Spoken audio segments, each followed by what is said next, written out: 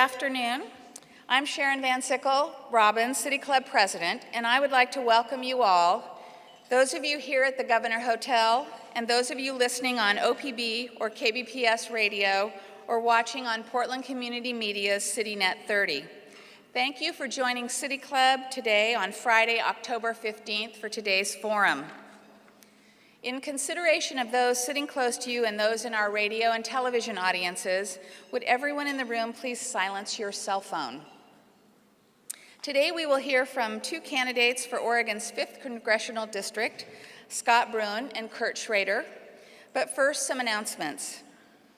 I'd like to start by recognizing any new City Club members who are here today or those who are here with us at a Friday forum for the first time. If you could stand and let us give you a round of applause. We've got a lot of regulars here. As always, we offer our appreciation to our Friday Forum corporate sponsors whose generous financial support makes these City Club luncheons possible. Please join me in offering our sincere appreciation to our fall season sponsors, AARP Oregon, the law firm of Barron Liebman, the Confederated Tribes of Grand Ronde, and PGE.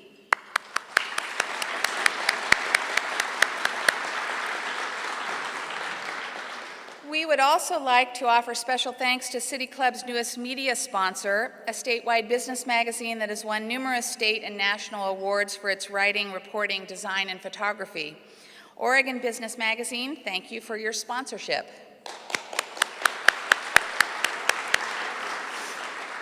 If your company or firm would like to be a City Club sponsor, please contact City Club staff at the back of the room or call the City Club office. And now I'd like to introduce our moderator for today's debate.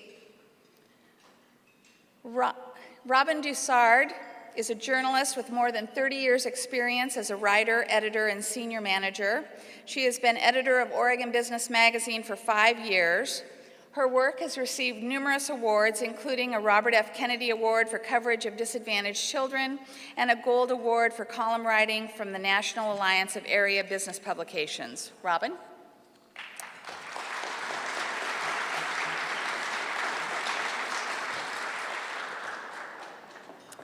Thank you, Sharon and City Club, for the opportunity to be here today to moderate this debate between 5th Congressional District candidates Representative Scott Bruin and Congressman Kurt Schrader.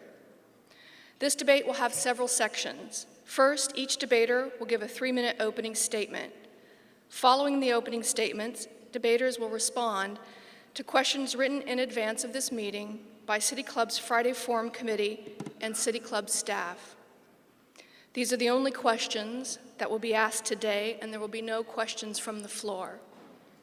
We will rely on the judgment of our distinguished panel of City Club members seated at the table in front of me to decide whether or not the debaters have indeed answered the moderator's questions. If 2 or more of these members raise their cards, well done, indicating that they feel the moderator's questions not been answered, I will restate the question and ask the debater to reply again. Our panel, Joyce DeMonin, Ted Kay, and Jennifer Rollins. Keeping time at our debate today is Tony Iaccarino, my wingman, I'm told. Following the City Club's questions, each debater will have the opportunity to ask either 2 or, time permitting, 3 questions of the other. After this rotation of questions, the debaters will make their 3-minute closing statements. Please be respectful of the debaters, and please hold all applause during the debate. And now the debaters. City Club is pleased to welcome Kurt Schrader. Congressman Schrader has worked for more than 20 years in public service. After serving for many years on the Canby Local Planning Board, he entered the Oregon House of Representatives in 1997.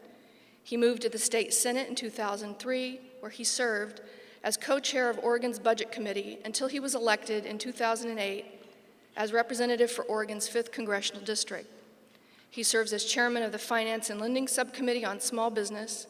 He is also a small businessman and vet, and his clinic is in Oregon City.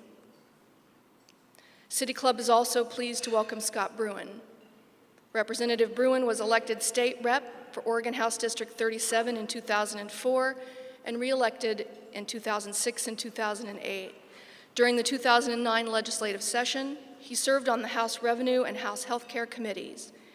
In addition to his duties as a legislator and congressional candidate, he is Vice President of Investor Relations for an Oregon-based investment company. Prior to this, he was the CFO of a regional commercial construction company. He has a bachelor's degree in political science from the University of Oregon and an MBA from Portland State University. As I step down from the moderator's table, please welcome our debaters with a round of applause.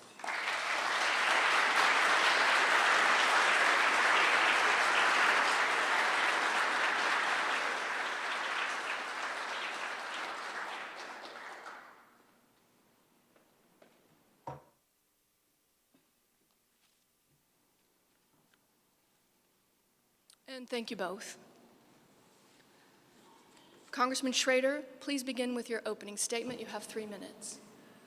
Well, I want to thank the Portland City Club for hosting this forum. It gives us a chance to get out in public, and you can hear us up front and personal and not on TV. My name's Kurt Schrader. I'm a veterinarian and a farmer, a small businessman. I started both those businesses from scratch, and actually have been meeting payrolls for over 30 years. It's been tough. We've been through some pretty tough times, and I think that is the type of person you want in Congress that has some real life experience in this arena. I ran for this office 2 years ago because I didn't like the direction this country was heading. We were losing 700,000 jobs a month. The economy was in complete free fall, and frankly, America had lost over half its wealth. We've turned that around. I think that gets lost sometimes in the discussion these days. We've turned this around a lot. Your 401k is a lot better than it was. We've actually seen some positive private job growth here in Oregon, which is good. Oregon's always the last in these recessions and the last out.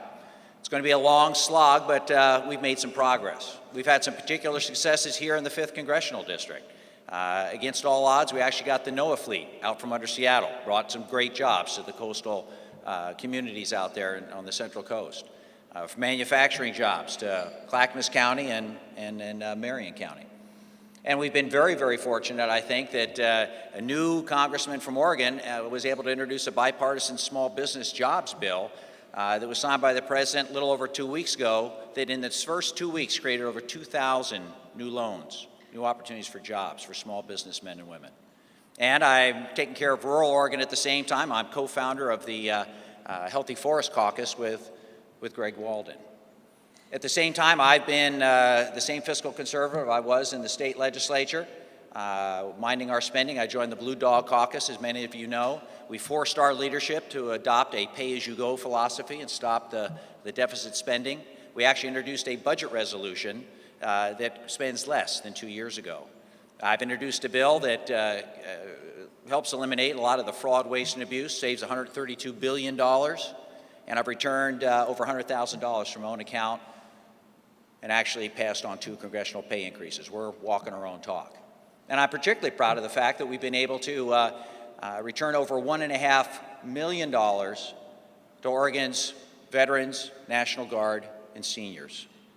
So I think we've earned the right to represent the 5th Congressional District, enjoy representing the 5th Congressional District, and hope the voters will return us. Thank you. Yes, thank you so much.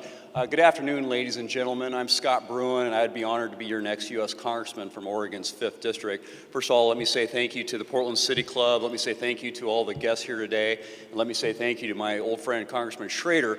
Most incumbents are sort of hiding at this point in the election cycle, but not Congressman Schrader, and that's consistent with the Kurt I've always known and admired. Let me give you a little bit of background on myself. I'm a 5th-generation Oregonian. I am a product of Oregon public education all the way from kindergarten through graduate school.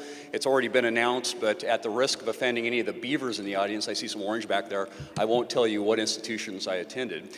It was at one of those institutions that I met my bride and my better half. Her name is Allison, and together we are the proud parents of 2 young daughters, the oldest of which actually started middle school this year, which I'm convinced is a concerted effort to off her old man.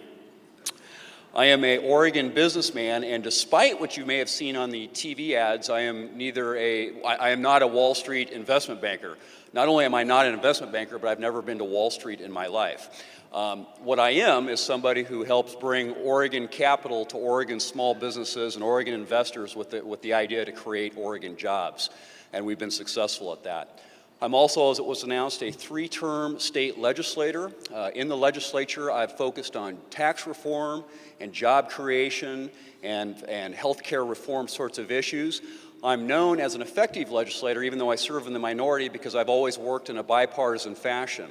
I always treat my friends on both sides of the aisle with respect, and that's given me the opportunity to get some things done and, frankly, do what I've always tried to do, which is to bring Oregonians together and move Oregon forward.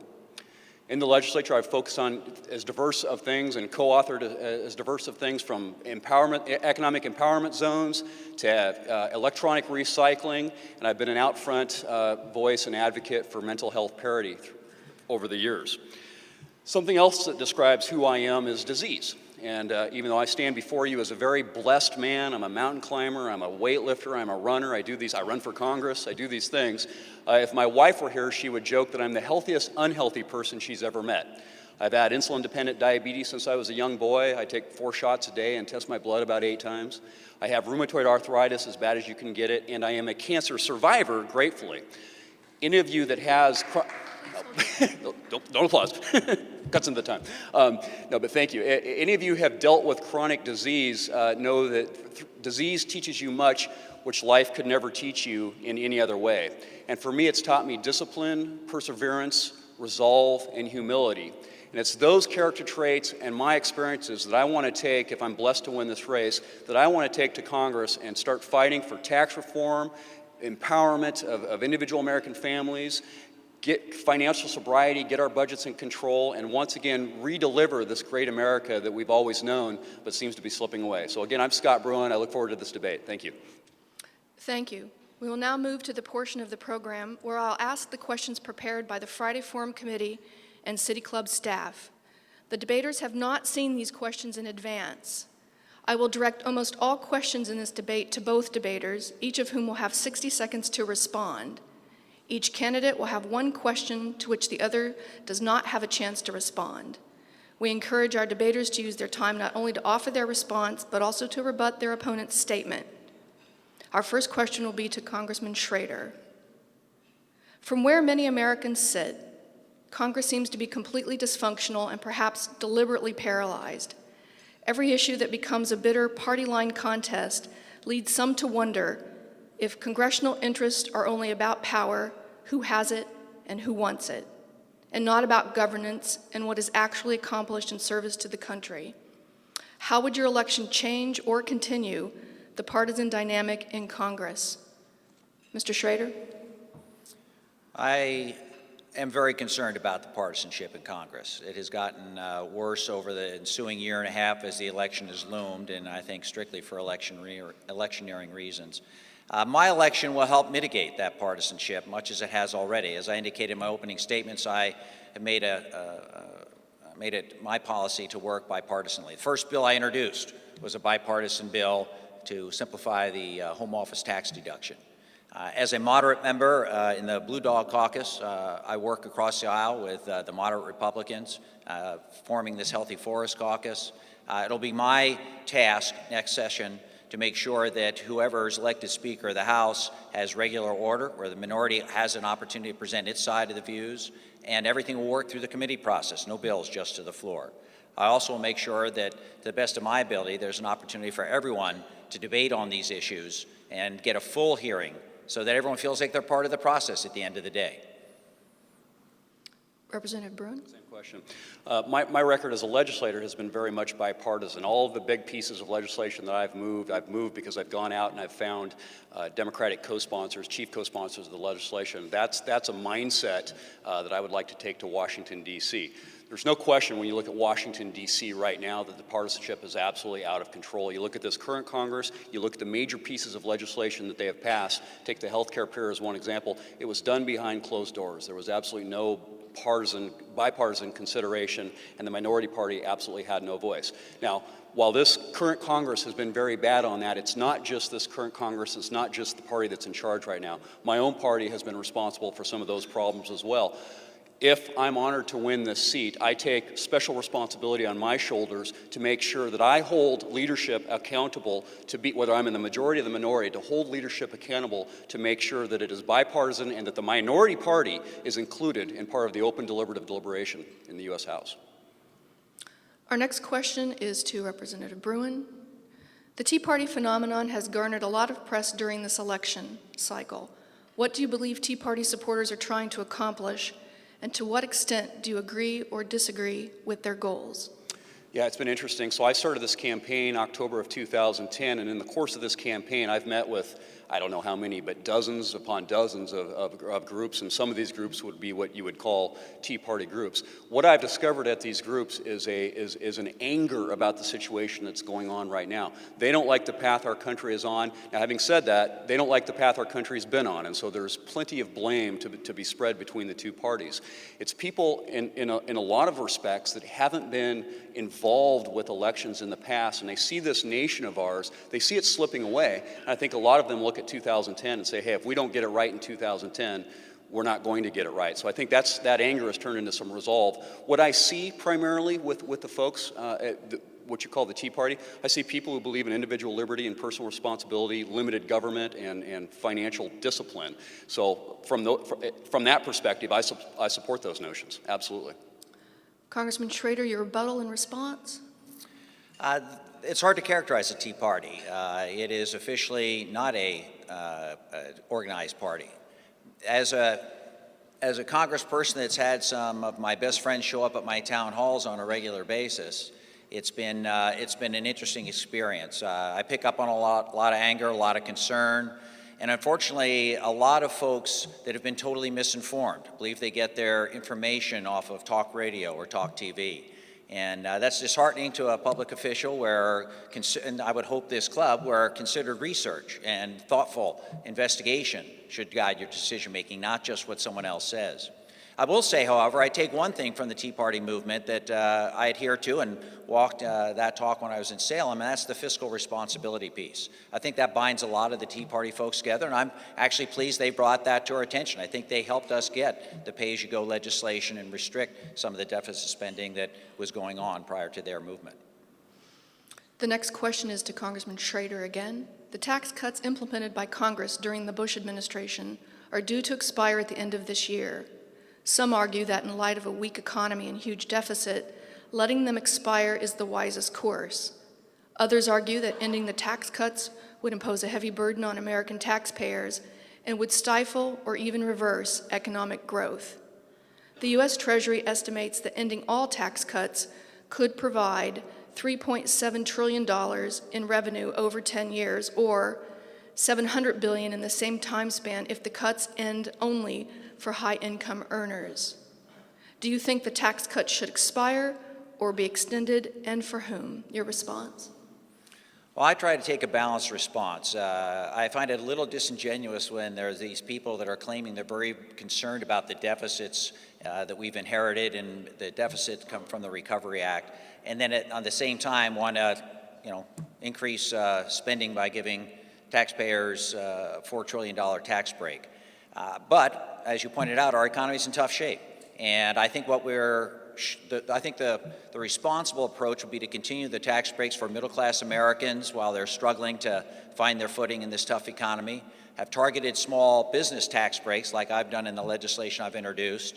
I would fix the estate tax. That's where I talk to CPAs and a lot of small businessmen and women. That's looming over their heads. But I don't think you can responsibly include the tax breaks for almost $1 trillion for the wealthiest of Americans. They get a big tax break by just doing the middle-class tax cuts. So I would split it to where you do the middle-class tax cuts, take care of the estate tax, and not include tax breaks for the wealthiest 3%.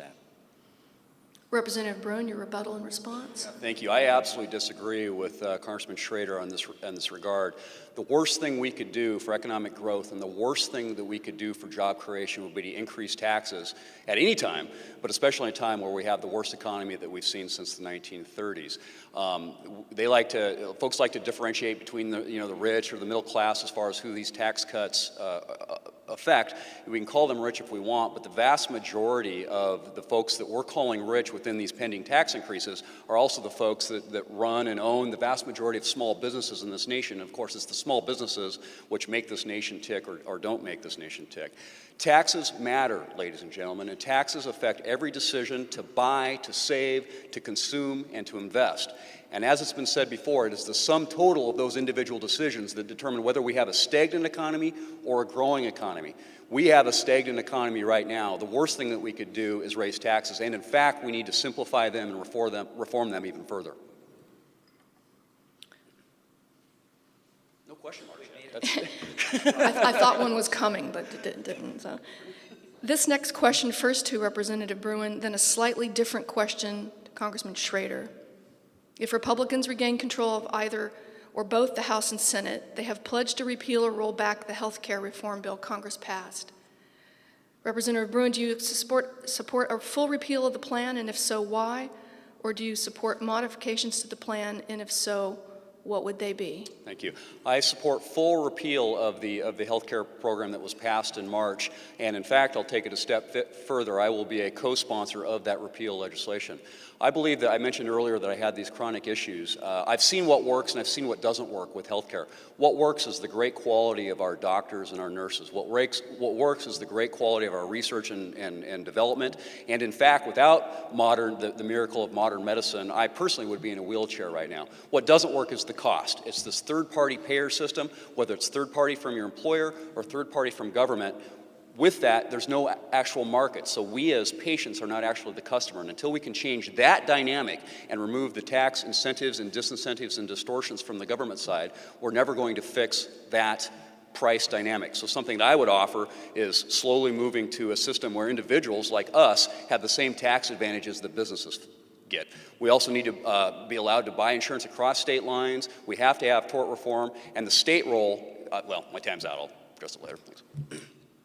Congressman Schrader, you voted for the Health Care Reform Act. What modifications, if any, would you support? Well, one I would support is removal of the 1099 provision that makes small businesses report every single transaction over $600 with a vendor. That's onerous, and we actually had a vote on that in Congress. It got a majority vote, but the particular vote was set up to do on a suspension calendar, would have needed 2/3. And there's others that we could modify, I'm sure, in the bill. But when you vote for legislation, you vote for a glass that is more than half full, like this bill. I'm very proud of the fact that not only is Mr. Bruin wrong on the cost of the bill, it actually reduces expenditures over the next 10 years by $143 billion, almost $2 trillion over the next 10 years, and reduces federal expenditures going forward. It reforms Medicare and increases its solvency for the next 12 years, gives small businesses tax credits to provide health care for 95% of the businesses, takes care of pre-existing conditions. You can't get rescinded health care just because you get sick. My opponent was lucky to have health care. Many Americans are not. Don't repeal. Hold your applause, please. This next question is to Congressman Schrader. Military spending is one of our country's greatest expenses, contributing to the nation's immense $13.5 trillion debt. In 2010, the Department of Defense received $533.7 billion. $130 billion of this was dedicated to supporting ongoing overseas operations while increasing efforts in Afghanistan and drawing down troops from Iraq. What specific steps can we take to maintain our international obligations effectively while reducing military expenditures that contribute to large federal budget deficits? Congressman Schrader. There can be a lot of accommodation in the defense budget. I think, again, it's very disingenuous for these reduce the deficit, at all costs people to not include the military budget. I think even Secretary Gates admits that the contracting has gotten out of control in the military budget. The weapons procurement budget is out of control. There's lots of reform. Even the Joint Chiefs are looking at that now and presenting reports. I helped co-sponsor legislation to reduce weapons acquisition costs and save over $296 billion. We've refined it so there's no double dipping by contractors or military personnel that have retired. The war is an ongoing cost. The deficit everyone talks about, hey, that came from the previous administration when, frankly, the Republicans were in control, running a war and not paying for it, doing it off budget. You know, this Congress at least is putting it on budget. We can reduce costs a lot by getting out of that war, bringing our troops home with honor, and actually putting that money back into the economy. Even conservatives agree with me on that. Representative Bruin, your rebuttal and response. Just a quick point to that last point. The highest deficit under the last administration was $400 billion. The lowest deficit projected by this administration over the next 10 years is $1 trillion. So you talk about what they did in the past, but it's been blown out of the water by what's going on currently. We spend $700 billion a year on national defense, and that's a lot of money, but it is the most important thing that our government does. Highest priority of government is public safety, and any failure, it's been said before, any failure to provide that is a fundamental failure of government. Yes, it's real dollars. Yes, it's a lot of money, but when you look at, once again, this administration's 10-year plan, it's actually shrinking in the real value, in the inflation-adjusted value, and that's not wise, ladies and gentlemen, in my opinion. Given this world we live in right now, it's never been more important to have national security clarity. Very unclear world. And I'm worried that with the out-of-control budgets, the out-of-control deficits, the ever-increasing interest on those deficits, that our ability to defend ourselves and to do what we need to do to keep this world safe and secure will be greatly diminished because of the irresponsible fiscal policies coming out of this current Congress. Mr. Bruin, take another run at the question. Okay, will you repeat the question? Yes, I'll repeat the question. What specific steps can we take to maintain our international obligations effectively while reducing military expenditures that contribute to large federal budget deficits? Well, then I push back on the premise of the question because I do not support reducing military spending, so I hope that's clear. Now, having said that, I've got some more time. There are ways that we can go in and reform to make sure that we're spending correctly and spending smart, spending intelligently. The last time major Pentagon reform happened was under Barry Goldwater and Sam Nunn. It was the Goldwater-Nunn Pentagon Reauthorization Act. We need to do that. I think that was 1986 when we did that. It's time to do that again to make sure we're spending effectively and intelligently, but I do not support reductions in the most important thing that this federal government does. You get the next question also, Representative Bruin. For 17 years, the Don't Ask, Don't Tell policy has prohibited those who are openly gay and lesbian from serving in the military. Since its inception, this policy has been fought in Congress and in the courts. On Tuesday, a California judge issued an injunction on enforcement of this hotly debated policy. The Department of Justice has asked the judge to suspend the injunction. Do you support the ability of openly gay and lesbian troops to serve in the U.S. military, and why or why not? Your response, 60 seconds. Military leaders back during the Clinton administration felt that it was in the best interest of the role and the function of the military to engage in the Don't Ask, Don't Tell policy. And of course it has been imperfect. Everybody agrees that it has been imperfect, but military is not a social experiment. Military is designed to defend the United States of America, and the military leaders thought that was appropriate. I'm somebody who, his first career choice was taken away because I have diabetes. I wanted to be in the Coast Guard, but the military leaders and the powers that be felt that with my disease, that made me incapable of serving the military. As time goes on, we have this policy. Yes, it's been absolutely not perfect in its execution, but I think it's not the right choice to withdraw the policy, and so I will continue to support Don't Ask, Don't Tell in the military. Congressman Schrader, your rebuttal and response. It might have been a good idea 20 years ago, but it's not a good idea now. Don't Ask, Don't Tell should be repealed. I have an Iraqi warrior that's a friend of mine, and he's beside himself with some of the men and women that have been sent home because of their sexuality. I think it's a real problem. America is ready to move on. I think people in Congress should be ready to move on and repeal Don't Ask, Don't Tell. The next two questions are directed to just one candidate. The other will not have a chance to respond. This question for Congressman Schrader. This is a two-part question. Congressman Schrader, you supported setting limits on congressional discretionary spending. At the same time, you seem proud of the earmarks you have secured for your district for such things as transit projects, workforce training, a new armory, rebuilding a local hospital, and a Department of Ag grant for OSU. Are earmarks like this the kind of discretionary spending you want to limit, and are you willing to say no to any more earmarks to your district? Earmark spending comes in two forms. One is bridges to nowhere and pork barrel for friends and for-profit companies. I'm against those. Matter of fact, my policy is to not do earmarks for any for-profit companies.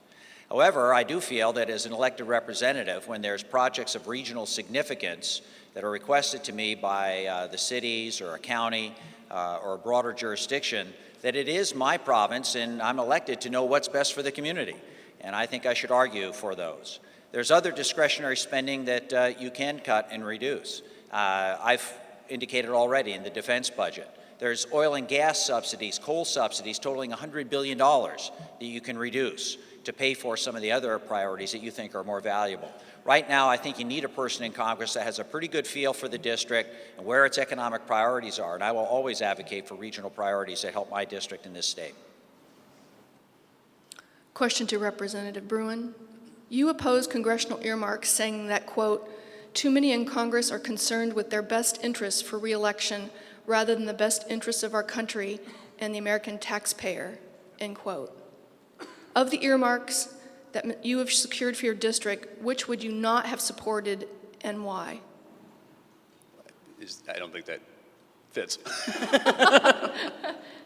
Yes, of the earmarks that Mr. Schrader secured for your district, which would you have not supported and why? Well, let me give you my broader-based opinion, because I don't know exactly all the earmarks that Congressman Schrader has brought back. I don't support the earmark mentality, though, because I think it's part of the out-of-control budget mentality that this Congress, we see right now in this Congress and we've seen in prior Congresses. I believe that we pay federal taxes, we pay federal gas taxes. There is a fair share that we need to get back as Oregonians get back to our district, to our state. And usually we're upside down on that. Usually we're sending more out than we get back in. But I believe that federal spending has to have a federal component. A great example of that is military spending. We don't really have much of that in Oregon. It's freeway and highway spending to build our infrastructure. That is the kind of federal spending, if you will, that actually has a federal component that matters not just to us, but matters to a nation as a whole. Earmarks do nothing for the nation as a whole. They just secure the re-election of the incumbent, and I think it's a bad mentality, a bad policy, and I will support legislation that stops the earmark process. It appears that the Truth Squad has determined that you have not answered the question. I'll list the earmarks again. Okay. Transit projects, workforce training, a new armory, rebuilding a local hospital, and a Department of Ag grant for OSU. Of these earmarks, Mr. Schrader secured for your district, which we do not have supported, and why? I will say the workforce training. Not that workforce training is not absolutely critical, but once again, is it a federal responsibility? Is it the responsibility of taxpayers in Florida or Texas or Arkansas to pay for a workforce training center in Salem? Is there a need? Absolutely. Should that need be satisfied by local government, by the state government, or by the county governments? That's how I would answer the question and the need for that particular spending. That closer? Question to Congressman Schrader. Both the Bush and Obama administrations have been criticized for not developing and gaining passage of some sort of immigration reform legislation. Many states are now taking matters in their own hands in attempts to resolve, or at least influence, this difficult and complex issue. What specific immigration reform policies, if any, do you support? Yeah, we have been derelict, I think, in that arena. Actually, maybe I'm lucky. I come from Oregon. It would appear to me that we have a great coalition of business, labor, Hispanic groups, human rights advocates, just a very diverse group of folks, farmers, nurserymen, that are in favor of comprehensive immigration reform. I think we recognize that there are jobs that some Americans are not particularly interested in taking. And matter of fact, the Coalition for Working Oregon shows very clearly that if you packed up every immigrant and sent them back to wherever they were from, it would really cripple American jobs by Americans. So I strongly favor a tough border policy like we've already done. We sent some troops to the border. I think we got to have a better legal immigration system. And I think you got to find a way for residency or citizenship for those that are already here. Make them pay fines, make them go through the process. Don't do the Reagan green card amnesty thing. Make them go through the process. And those that don't, send them home. Representative Bruin, your rebuttal and response. Yeah, same question. We are a nation of immigrants, of course, but we are also a nation of laws, and it's our failure to enforce the laws that are currently on the books, I believe, leads to the both legal and illegal immigration challenges that we have now. We start with tougher border security. It's something that we have neglected at the federal government level. We have to enforce the borders. We also have to get back to a green card system that this nation used to have, where employers would take responsibility for temporary or seasonal workers. They would house them, they would feed them, they would make sure that everything that they were doing as far as their documentation was legal, and then whenever the expiration of their time was, they helped get them back home, and that was good for the employer. It was also good for the people that were coming across the border because they got to go home and see their family. Finally, I would say on the legal immigration front, we've got to do a much better job of attracting the best and brightest in this country. Our H-1A and H-1B visa program is a disaster, and we're sending away the best and the brightest. I would argue that we have to adopt a system similar to Canada's and Australia's, where they have a point system, and you're frankly given points on education, whether you have a job, these sorts of things, to help us, if you will, grow bringing immigrants into the country that can create jobs and help grow our economy. Question to Representative Bruin. In 2007, you supported cap and trade at the state level, though you now oppose it at the federal level. Congressman Schrader, you're on record for supporting cap and trade, but Congress did not pass climate change legislation this year. What measures, if any, do you support to curb the effects of climate change? Representative Bruin, your response? Yeah, I do not support the national cap and trade. I believe that it would create large taxation on U.S. manufacturers and U.S. utilities. It would lead to the exportation of millions of U.S. jobs and, of course, raise electricity and heating and energy rates for every American.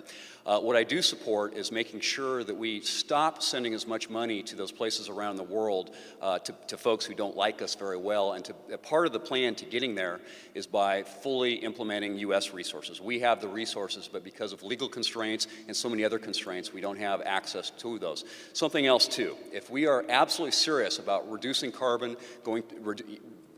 lowering our carbon footprint as a nation, if you will, we have to embrace and engage nuclear energy. France, as an example, provides almost 80% of their national energy with nuclear power, and yet they can store it all the waste in glassified rods in a building that's not much bigger than this stage. America has to go down that path if we're serious about reducing carbon emissions. Congressman Schrader, your rebuttal and response. I quote, Scott Bruin here talking. Representative Cannon and I were co-sponsors of cap and trade legislation in 2007. I've been studying the issue intensely, and I'm even more convinced of its appropriateness. This was for the Oregon League of Conservation questionnaire for the 2009 season. I guess I'd wonder why my colleague has flip-flopped completely on cap and trade. His bill actually would have set, a disadvantage for Oregon, because it was only Oregon. We would have not been able to compete with the rest of the country or the world. He had no exemptions for agriculture or our forest partners, no definition that you could get into the federal forest and get biomass out and get working Oregonians in the rural areas of our great state. I supported the cap and trade bill that finally passed the House of Representatives because it got it right. It allowed some other areas of the country that are into oil and nuclear and coal to do their thing, albeit in a more environmentally friendly manner, and we were clear job winners out here with solar, wind, biomass, wave energy. And actually the cost, Scott, $170 10 years from now, less than 50 cents a day to become energy independent and put jobs here in Oregon. Thank you. During this portion of the program, each debater will ask questions of the other. We have time for 3 questions from each debater.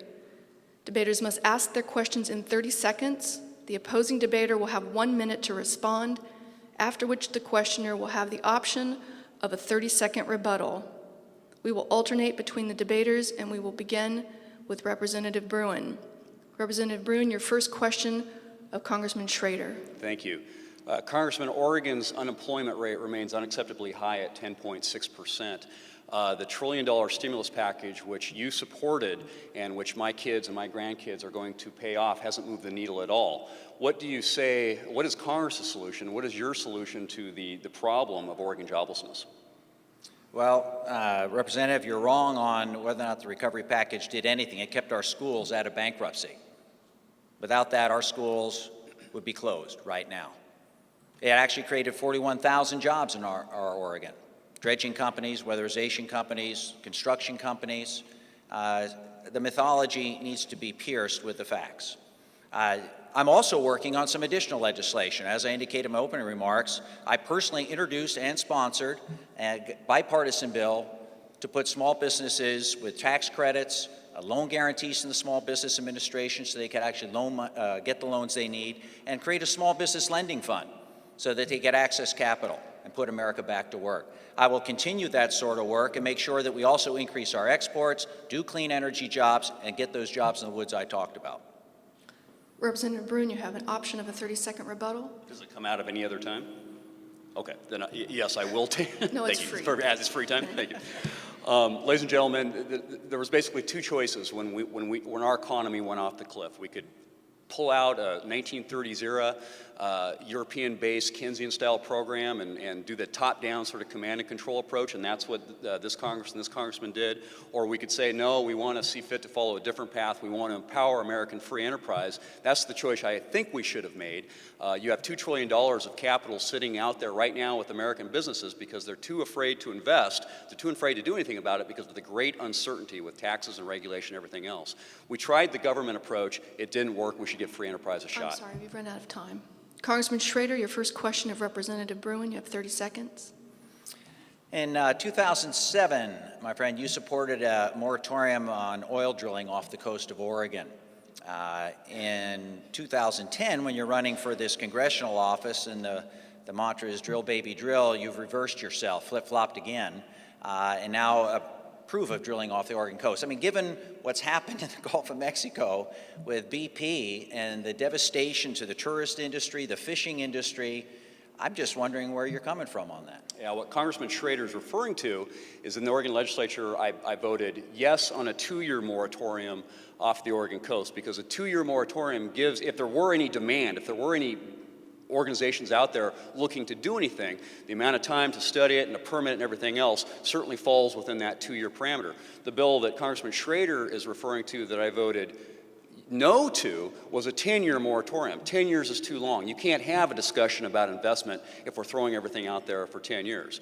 We have to have a legitimate discussion about supplying our own energy needs. It gets back to the point I tried to make earlier about expatriating billions, if not trillions of US dollars to folks around this world, around this planet who don't like us very much. We have resources in this nation. We need to have at least have those opportunities be on the table so we can employ Americans and we can provide American energy solutions, not always be relying on Russian and Saudi energy solutions. Congressman Schrader, you have the option of a 30-second rebuttal. Well, I appreciate the representative clarifying his position that his answer to the energy crisis is to drill for more oil off the coast of Oregon. I think that's inappropriate. I don't think that's where Oregon has its competitive advantage. I mean, if one is paying attention to what the state legislature is doing, you see already that we have a huge advantage in solar and wind. We're attracting companies that are setting their headquarters up in Oregon. You know, Oregon State University is in lead of wave energy research, for gosh sakes. And I've been fighting tooth and nail to make sure biomass in our federal forest, which is 50% of Oregon, is part of the solution. Representative Bruin, your next question of Congressman Schrader. Okay. Kurt, when we served in the Oregon legislature, you were known as a fiscal conservative. In fact, you even had the mantra Darth Schrader. Yet you've gone to Congress. Yeah, he likes that. I would too. You've gone to Congress. You've supported in lockstep the $3.4 trillion budget, these $1.4 to $1.5 billion budget deficits, a $2 trillion increase in our debt ceiling. Even David Wu didn't vote for that. My question, and it's been called the most fiscally irresponsible Congress in U.S. history. My question to you is, what happened to the Kurt I used to know? Well, it's the same Kurt, Scott. I just don't take my talking points off of right-wing TV and blogs. I'm in the Blue Dog Caucus, and we are fiscally responsible. And as I indicated, we've kicked butt. We told the Speaker that there's no way we're going to continue any deficit spending. But I'm a businessman too. I walked in the door, United States Capitol. Ben Bernanke's sitting at the table there where Robin is, and he says, "I'm out of ammunition, Kurt. I've done all the monetary policy I can. You got to step up." So we stepped up and we did a fiscally responsible Recovery Act. Tax breaks, school help, making sure there's some job opportunities until our businesses get back on their feet. It is actually credited by that same individual and John McCain's economist, Mark Zandi, with the recovery, with making a recovery. I can get you the quotes if you'd like from my budget hearing. So in reality, my friend, it's actually made a huge difference. And frankly, we are now limiting our spending. We're paying for everything that we put out there. And I think that's the course that gives creditors to this country the confidence that we're going to meet our budget goals going forward. Representative Bruin, you have the option of a free 30-second rebuttal. Yeah, no, thank you. Massive borrowing, massive spending, massive debt. If you were a baby born today in Portland, Oregon, you come out of the womb owing $43,000 to the federal government and growing. It's been called by a news magazine just several weeks ago the most fiscally irresponsible government in U.S. history, and yet, my friend, you voted in lockstep with them. Now, you call yourself a blue dog, yet in every huge growth in government spending, you voted in lockstep. And I guess my question to you, or rhetorically at least, is what does it take to be a blue dog? I mean, I could call myself the tooth fairy, but I'm not. You can call yourself a blue dog, but I'm not sure there's any value to that given your voting record. Congressman Schrader, your next question of Representative Bruin. During the worst of economic times, I think one of the most important responsibilities that a congressman has or a legislator has is to protect our children. I voted several times to make sure that our kids weren't put at risk or any more at risk than they have to be given this horrible, horrible recession we're in. You've indicated on many occasions that just now too that you would have been against the recovery package that actually gave critical state aid to our schools and kept the doors open, and you're against another state aid package that we voted on about a month and a half ago that closed loopholes to outsourcing jobs overseas, and want to make sure and actually put that money back into our education system to once again help them through. You need to stop the question, please. Do you have enough to go on, Mr. Bruin? Do I support public education? I'll take that question. If the question is, do I support public education, the answer is absolutely. It would be ridiculous to assume otherwise. I'm a product of it. I have 2 kids in public education, and any look at my legislative record says that I've been out front in supporting public education. Yes, Congressman, I would not have supported the stimulus bill, nor would I have supported what your question was, the package that came out a few months ago that was what I like to refer to as the bailout for the states. Ladies and gentlemen, leadership requires making some hard decisions. And the Oregon legislature and the Oregon governor's office have kicked the can down the road on hard leadership decisions year after year after year after year. We have the resources to fully fund public education in Oregon, but it requires people in office to make the hard choices and to understand that not everything that government does is equal, and sometimes leadership in the private sector or as a public servant means you have to make hard choices. You can't please everybody all the time, but this Congress, wanting to bail out the states and not have the states be responsible for everything or for anything, has given everybody an excuse. That's not leadership, Congressman. Mr. Schrader, a 30-second rebuttal. Well, I don't think my state facing a $3 billion deficit in the next 2 years meant I bailed them out of all their responsibility. I think the federal government owes the states an opportunity as partners to help them through some of the toughest times, and education should be our top priority. It's one thing to say you're for public education, it's another thing to actually deliver for public education. Scott, you made it very clear you would not have voted to help our public schools if you were a United States congressman, and I think that's a shame. Gentlemen, we have one more round of questions. I'd like to remind you to keep your questions to 30 seconds. Representative Bruin, your next question of Congressman Schrader, 30 seconds, please. Yes. As I know from my experience as a state legislator, you face a lot of votes. And occasionally you take the vote, you have the vote, that you look back either a few days or even a few days later and you go, wow, I wish I hadn't taken that vote. One of them for me was a vote I took that would have changed the way we do the Electoral College in the United States. That was a bad vote. That was a mistake vote.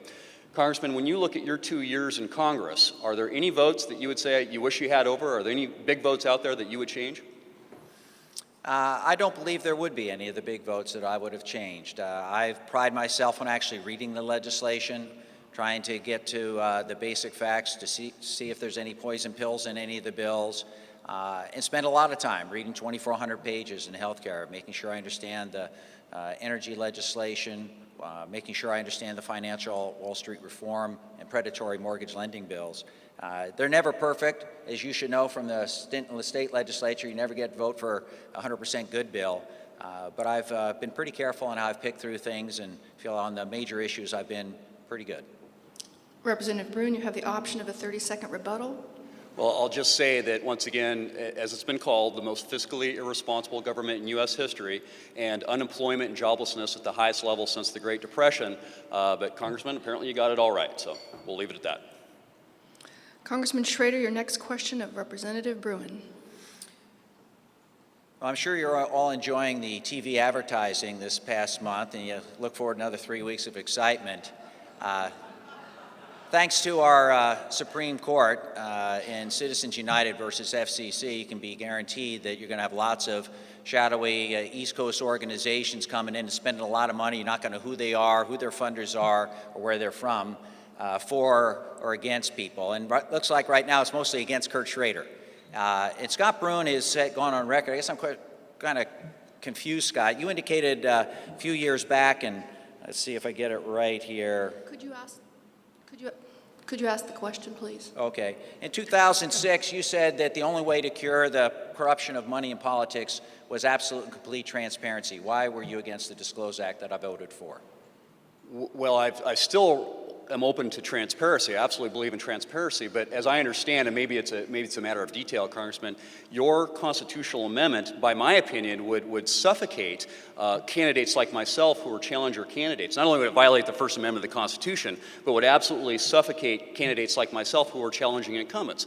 Ladies and gentlemen, everything about our federal campaign finance laws right now are designed to protect incumbents. Look at the money differential between Congressman Schrader and I. Look where the money's coming from between Congressman Schrader and I. And if you don't think that the incumbents in Congress have voted themselves incumbent protection, I would disagree. And the problem with your constitutional amendment that once again would violate the First Amendment is it makes sure that that incumbent protection is doubled down upon. And I absolutely cannot support that. Your rebuttal? Well, I just don't think money equals free speech. I mean, that's a fundamental difference between me and my opponent, so that's clear for people to decide how they want to go on that. But I was referring in particular to the Disclose Act, an act that we've passed in the United States House to make sure that the corrupting influence of money was at least mitigated by full transparency, where everyone at least would know who's behind that ad. Just like Scott and I, he'd have to say, or she'd have to say, I approve of this ad. That's not allowed right now. Also, the problem we have is that you don't even know who's funding these bills. You don't know where they're coming from, where these big pots of money are coming from. So I think that's a shame. Oregon's a disclosed state. Apparently my opponent is not. We'll now move to the final portion of the program, 3-minute closing statements from each debater. We will begin with Congressman Schrader, 3 minutes. I want to thank everyone for having us here. It's been a little spirited given the format. I think hopefully that's been good and entertaining and hopefully informing. I think there's some clear differences here, obviously, between my opponent and I. I voted against the big bank bailouts. I voted to curb predatory lending and do good Wall Street financial reform. My opponent opposes those. I made sure that our schools had an opportunity to stay open in some of the darkest of times. My opponent opposes that. My opponent has gone on record as saying he's absolutely certain that we have to privatize some portion of Social Security. He's repeated that again and again.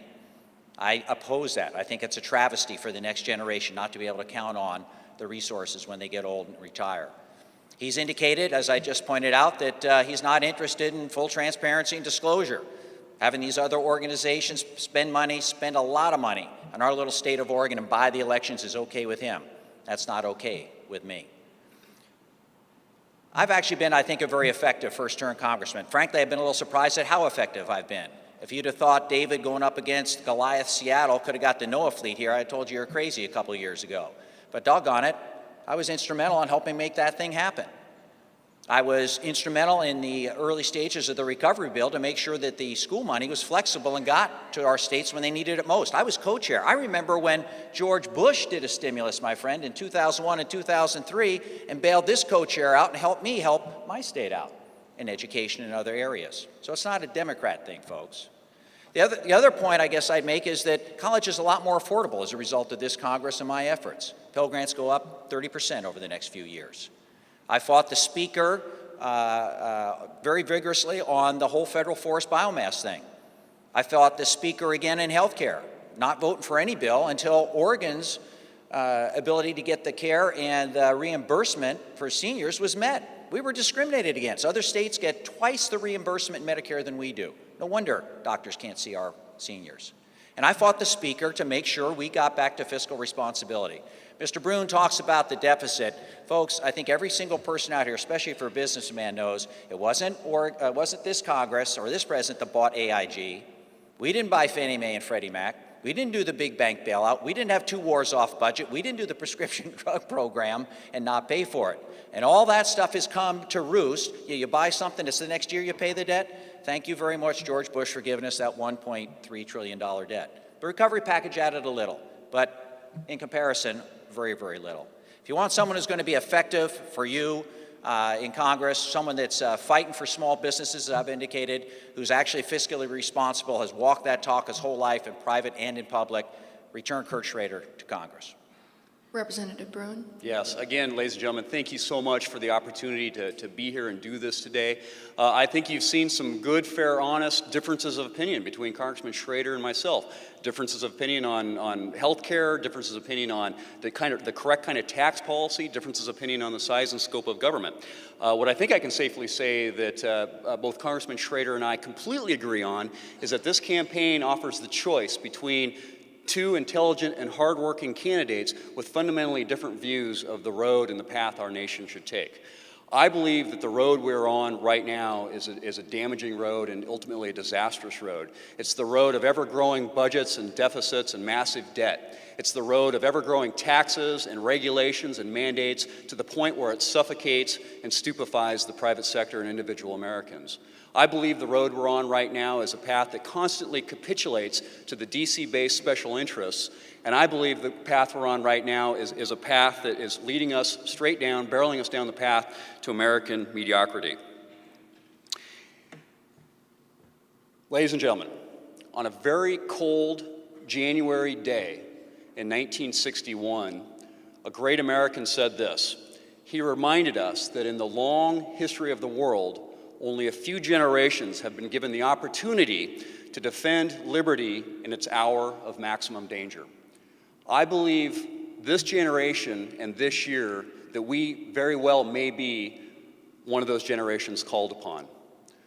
Are we going to make the right choice? We have the opportunity, ladies and gentlemen, the opportunity and the obligation to restore American opportunity and say no to American equal outcomes. We have the opportunity to restore free enterprise and entrepreneurism and financial sobriety and say no to the crony capitalism and Greek-style budgeting that goes on in DC right now. And finally, ladies and gentlemen, we have the opportunity to bring back American greatness and American exceptionalism and say no to the Brussels-style mediocrity that we're heading toward right now. We have the opportunity to empower individual Americans of all stripes, and we have the opportunity to restore and rebuild American strength, prosperity, and national renewal. I believe that national renewal, which we need, starts with a new check and balance Congress in the United States government. And I believe that part of getting to that new check and balance Congress requires a new congressman from Oregon's 5th District. I appreciate the challenge. I appreciate my friend Kurt Schrader taking the time to do this. I again applaud him because most incumbents are running scared right now because they should be. Look at what's going on. We can accept the path we're on, or we can see fit to follow a different path, ladies and gentlemen. I'm Scott Bruin. I'm offering that different path. Thank you for being here, and God bless. Thank you, Congressman Schrader and Representative Bruin. That wraps up our forum for today. As our president returns to the stage, let's give today's debaters a round of applause.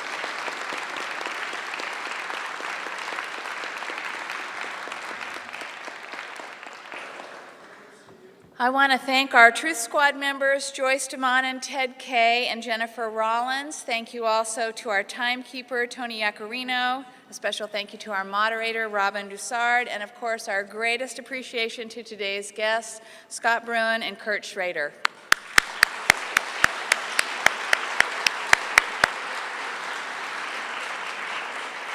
Please join us again next week for a debate between U.S. Senate candidates Jim Huffman and Ron Wyden. We are adjourned.